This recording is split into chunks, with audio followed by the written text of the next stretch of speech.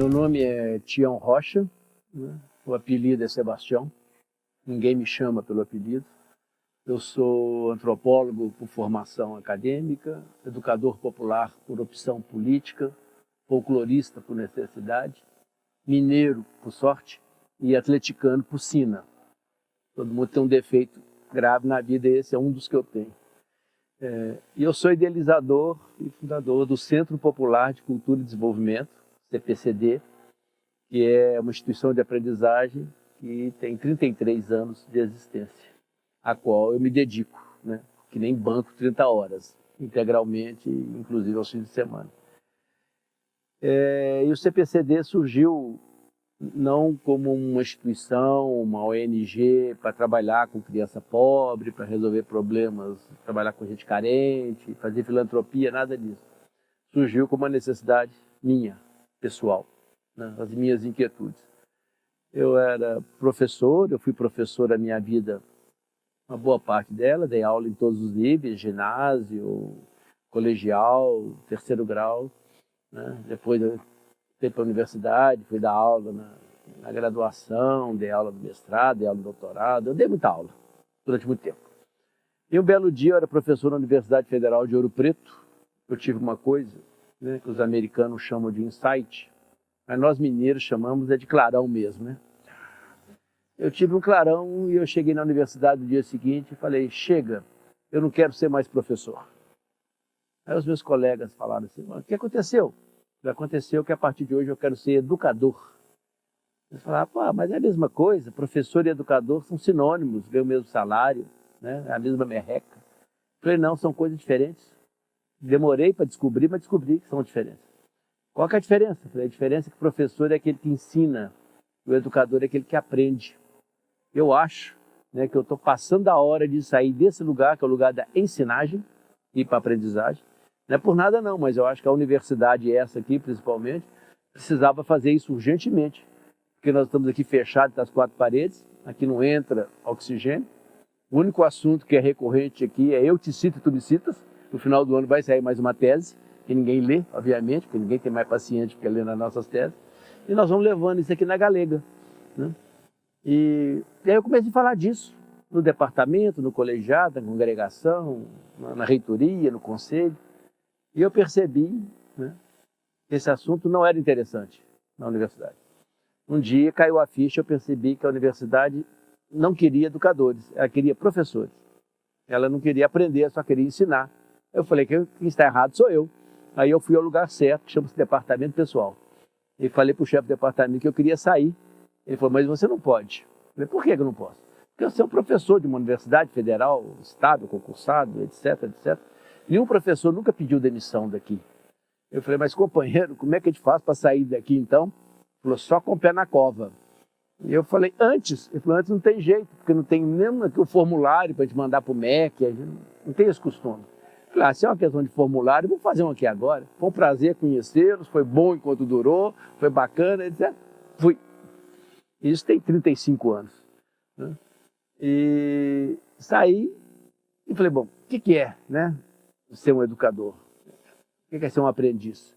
E aí eu resolvi, junto com um grupo de amigos, criar uma instituição de aprendizagem. E dei esse nome, né, de Centro Popular de Cultura e Desenvolvimento. Grandioso, mas na realidade era uma instituição praticamente de uma pessoa só. Né? Eu e os amigos que me deram o aval para a gente se constituir. Coincidentemente, nessa época, eu estou falando lá de 1984, né, para 85, eu tive acesso, por sorte, a uma carta do Guimarães Rosa para um compadre dele, lá de Curvelo. Eu sou um apaixonado pela obra do Guimarães Rosa, literalmente. Né?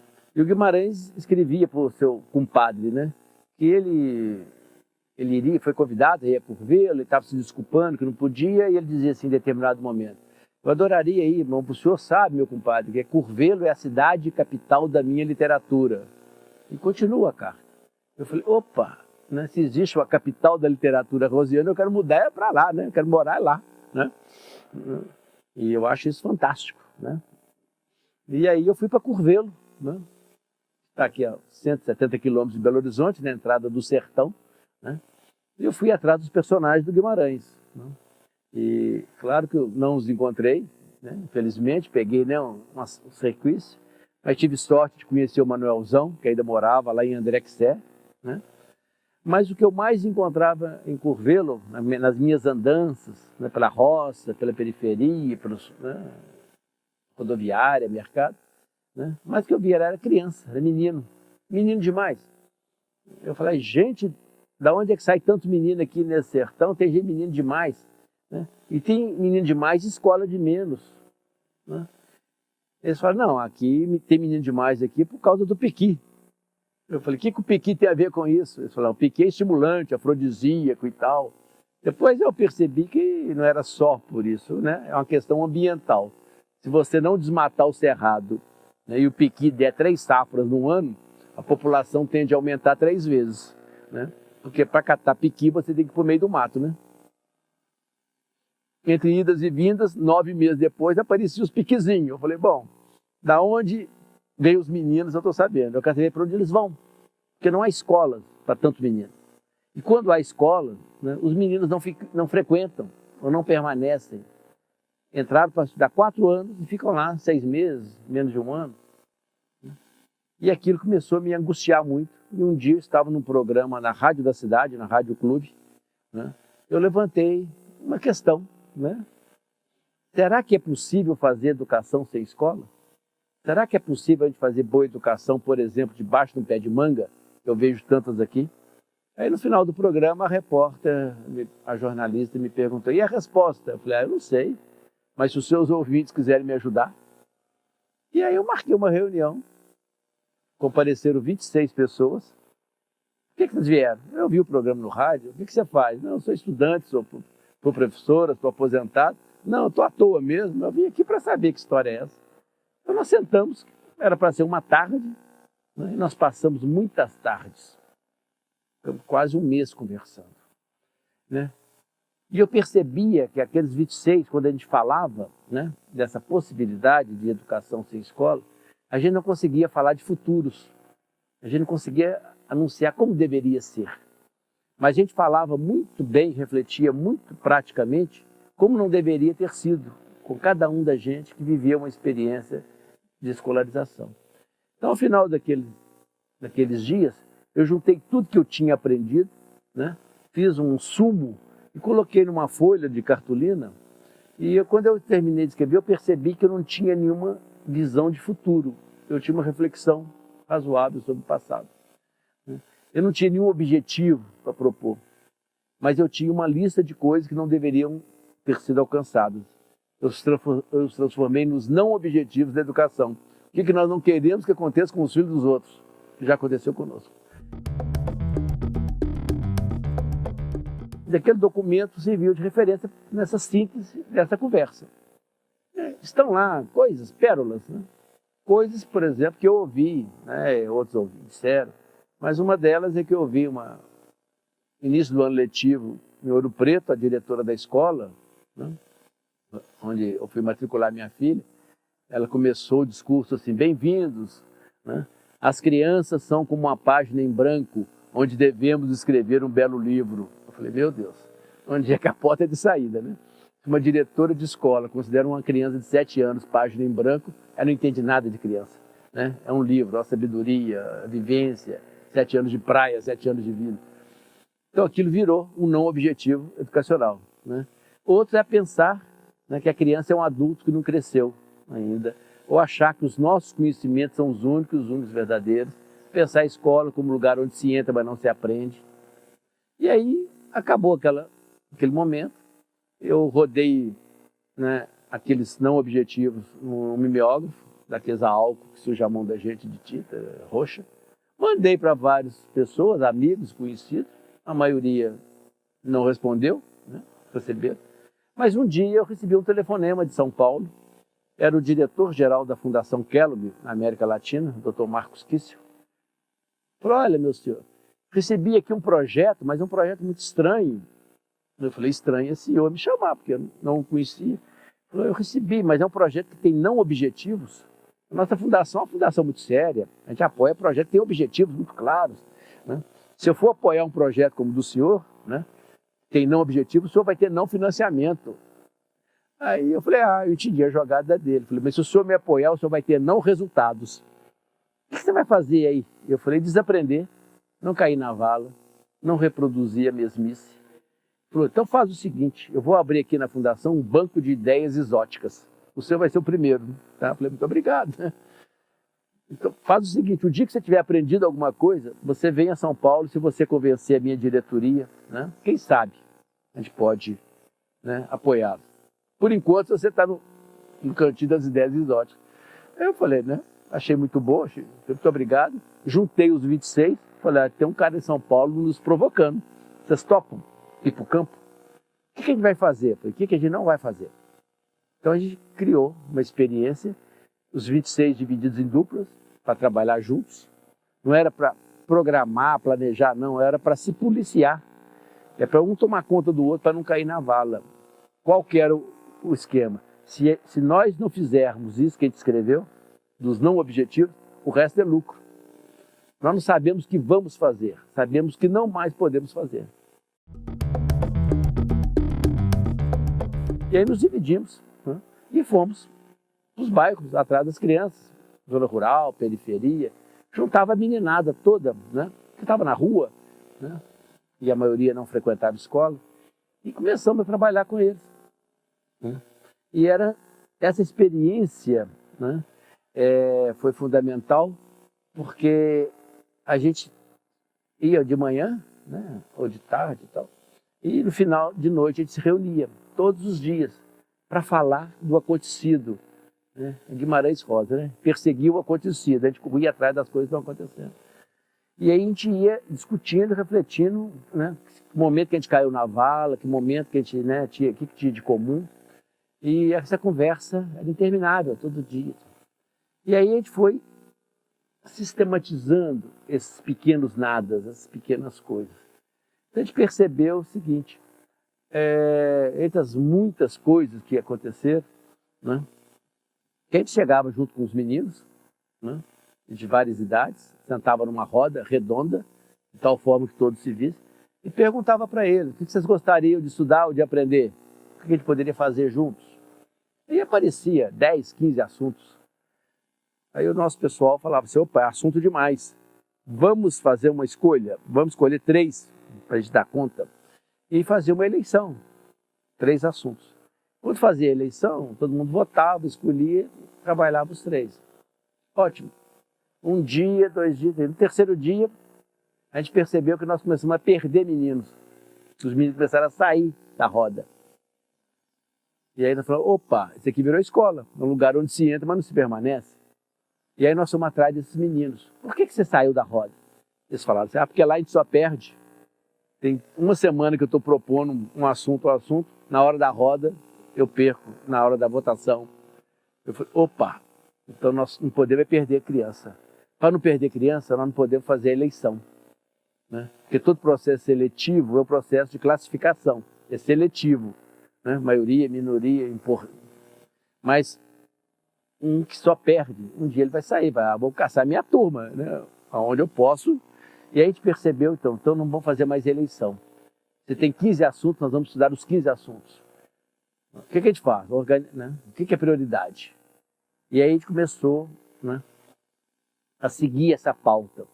Às vezes chegava lá no 15º assunto, a gente falava, agora tal assunto, né, foi proposto por fulano. Aí o garoto falava, eu nem lembro mais. Eu falava, mas nós lembramos, porque a nossa função aqui é não perder você, é ficar de olho. E a gente começou a perceber que os meninos, as crianças, começavam a apresentar propostas qualitativas, porque sabiam que elas iam ser ouvidas e nós íamos levar isso para a roda e vai ser trabalhada de alguma forma. Então a gente começou a sistematizar essas coisas, né? E aí aconteciam fatos muito interessantes. Mais um exemplo. Um dia um garoto faltou à roda. Cadê o fulano? Não veio. Por quê? A mãe dele disse que ele está com catapora. Não pode. Aí o outro falou, mas minha mãe falou que catapora não pega. Mas pega. Pega, não pega, virou um assunto. Afinal, eles falaram, peraí, né? Já que ele não pôde vir, aqui na escola, a escola podia ir na casa dele, né? Então vamos lá conversar? Aí programaram, né, de levar a turma toda, né? E foi muito interessante, porque chegou lá, o menino estava lá moado, né, tostado, triste, a mãe achou ótimo, fez uma roda e tal. Trabalharam lá, foi muito bom. No dia seguinte, todos os meninos dessa roda do projeto chegaram lá e falavam assim: minha mãe mandou dizer que eu não preciso ficar doente para a escola ir na minha casa. Falei, pronto, acabei de ganhar, né, um monte de salas de aula, espaços educativos. Então, nós percebemos que a gente tinha, né, ir à casa dos meninos e fazer roda lá. E fazer uma roda em casa, na varanda, no quintal, na porta, onde pudesse, era sentar todo mundo da casa naquela roda. Sentou na roda, tem que rodar. E aí você trazia as pessoas, né? E, então esse processo, de repente, percebeu que não era simplesmente um grupo que sentava. Ele começou a se constituir. E a gente reunia periodicamente, né, e às vezes quase que diariamente, mas com essa comunidade. E eu lembro que numa reunião da comunidade, uns 3, 4 meses depois, nós começamos esse trabalho, uma senhora levantou a seguinte questão, falou: Tião, essa escola é diferente da outra. Eu falei: por quê? Ela falou: porque essa a gente vê, né? Eu falei: e a outra você não vê? Não, ela ali. Eu falei: não, a gente vê o prédio, né? Eu falei: mas você nunca entrou? Eu falei: já, mas o dia que eu entro lá não tem aula. Eu nunca vi meu menino aprendendo, agora eu vejo. Porque agora a escola, a aula foi lá na minha casa, no meu quintal, eu participo, eu vejo, eu sinto, eu pego, né? Aí a comadre dela deu um... Pois é, comadre. Ontem, por exemplo, a escola passou na minha porta 3 vezes. Falei: opa, não é um bando de meninos, é uma escola que anda. Se é uma escola que anda, essa escola, né, ela precisa se constituir no espaço. Então a gente percebeu que o nosso espaço escolar era o bairro, as ruas onde os meninos moravam. As salas de aula, laboratório, biblioteca eram as casas dos meninos, as praças, as ruas, né? O conteúdo dessa escola era aquilo que essas pessoas sabiam, faziam ou queriam, né? E o jeito era bota na roda.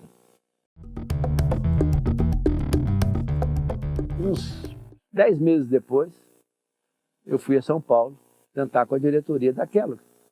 E aí eles falaram: e aí, né? Como é que tá? Eu falei: continuamos desaprendendo, né? Agora que eu conheci o poeta Manuel de Barros, virou uma festa, né? Porque o Manuel diz que aquele que desaprende 8 horas por dia fica sábio. Essa é a minha meta, né? Desaprender para tirar o entulho da bobajada que eles jogam em cima da gente. Mas aprender alguma coisa nesse período, eu falei: aprendemos muito. O quê?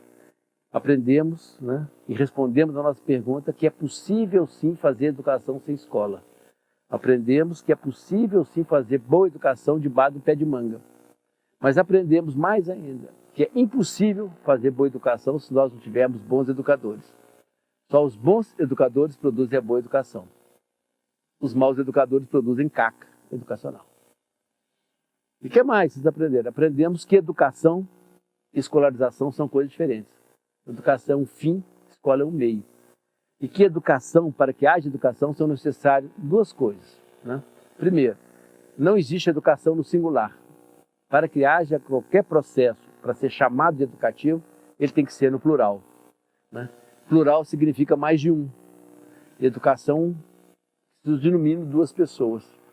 E educação não é o que cada um sabe ou traz, mas é aquilo que eles trocam. Então tem que haver troca. A gente tem que trocar o que tem pelo que não tem, né? Quem troca 6 por meia dúzia até perdendo tempo. Então tem que ter aprendizagem. É plural e tem que ser aprendizado. E isso que é fundamental. E a outra coisa que nós percebemos nessa experiência, que é possível a gente fazer isso em qualquer lugar. Porque nós podemos formar os educadores nos lugares onde estão. Que não é necessariamente são, né, as escolas de formação de professores, de educadores, não estão formando os educadores do jeito que nós precisamos, que nós podemos formar na comunidade. Então, naquele dia, a gente sistematizou e abriu um grande leque, e nós ganhamos o apoio da Fundação por uns 15 anos, né? E criou-se o projeto Sementinha, a pedagogia da roda, ganhou espaço, nós fomos para o Vale de São Francisco, fomos para o Lixão de Vitória, subimos, fomos para a África, né? Moçambique, Guiné-Bissau, Angola, depois foi sistematizando, virou política pública, 25 cidades, 5 países, etc. Para nós, o que ficou? Né? Primeiro grande aprendizado. Né? Para aprender, você tem que fazer perguntas. Perguntas que te tirem do lugar. São as perguntas que te levam à busca do não feito ainda.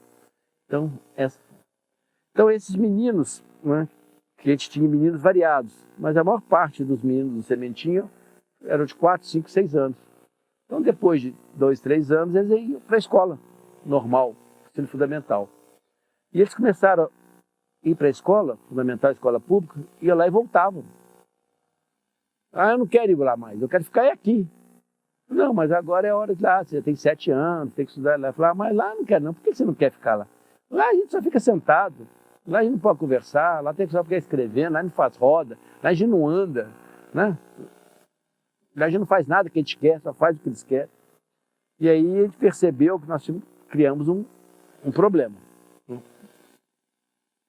E aí foi a pergunta que nós nos fizemos. Né? Será que esses meninos, né, podem aprender tudo que eles precisam aprender brincando de forma alegre, prazerosa, dentro desse jeito? Né? Será que é possível, né, pensar uma escola onde os meninos aprendam brincando? Né? Tem muito mais a cara de um parque de diversão, né, do que um serviço militar obrigatório aos 7 anos. E aí a gente tinha uma pergunta, né? E a gente foi juntando essas perguntas a partir dos meninos, né, do que eles faziam com a gente e do que eles faziam na escola. Né? Uma outra pergunta é, os livros perderam o encantamento ou foi a escola que não soube mantê-los encantados? Então a gente resolveu praticar a nossa pergunta. Nós fomos para praças, Curvelo, né, áreas, não precisa ser uma praça, espaços públicos, colocava no meio desse lugar livros, revistas e material, né? E no lado um monte de sucata, né, nas pontas da praça. E colocava uma plaquinha, aqui é música, aqui é artes plásticas, aqui é literatura, aqui é teatro. E provocava os meninos chegavam, o que é isso? Eu falava, livro, você sabe ler? Sei, quer ler? Então, pode pegar à vontade, não sei, nós vamos ler junto, né? Vai ler em coletivo. Agora tem uma coisa, tudo que você lê, você vai ter que explicar depois, interpretar. Como? Se você andar para lá, você tem que fazer música a partir do que você leu. E se for para cá? Você tem que escrever um outro texto. Se for para cá, você vai ter que inventar uma escultura. E para cá, você tem que fazer teatro. E se eu for para o meio, eu falei, aí piorou, porque tem que juntar os dois. Ou seja, não tem escapatória. Entrou aqui, você tá, só sai se você produzir alguma coisa. Então era um estímulo, era uma brincadeira, era uma farra, né? E a gente fazia isso durante a semana. E no sábado a gente saía pelas ruas, né, com os nossos produtos daquela brincadeira. A gente fala que é o dia da criação, né? Brincar de Deus. No 7º dia ele descansou e foi apreciar a sua obra. E essa coisa está rolando.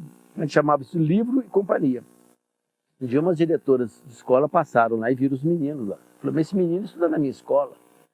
Ele mora longe, deve ter, sei lá, quase 2 léguas. Eu falei, ele vem aqui todo dia. Ele falou assim, esse menino nunca entrou na nossa biblioteca. E aqui ele vem sair de casa para ler, deu vontade de dar nela um coque, né? É porque é muito chato a sua biblioteca, né? Tem prazer nenhum. O menino não entra lá para divertir, para aprender. Ele entra lá para classificar a obra, classificar o autor, fazer, né, anatomia de coisa. É por isso que é chatice. Então a gente começou a perceber, né, que os livros não perderam o encantamento, mas que a escola não sabia mantê-los encantados. Né? E como é que a gente faz um processo de encantamento? E aí veio uma outra pergunta. Será que a gente pode juntar esses meninos todos os dias, né, de forma sistemática, para eles aprenderem brincando, de forma alegre, prazerosa? Então, juntamos 120 meninos de 7 a 17 anos, na barraquinha de São Geraldo, lá em Curvelo, que ficava fechado o ano inteiro, só abria na época da festa de São Geraldo, né, que era um espaço ocioso, mas muito bom. E fizemos uma roda com eles. Eu juntei 120 meninos e fiz a seguinte proposta. Meninada, vocês topam aprender brincando? Ler, escrever, cantar, contar, lavar, tudo, mas tem que ser brincando.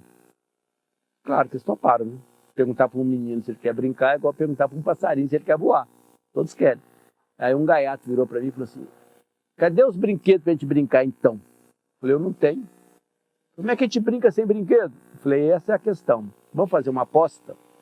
No dia em que a gente não conseguir mais inventar os próprios brinquedos, eu começo a comprá-los. Topa? Eu não tinha nada, só tinha minha prosa, meu desafio e minha provocação. Eles toparam.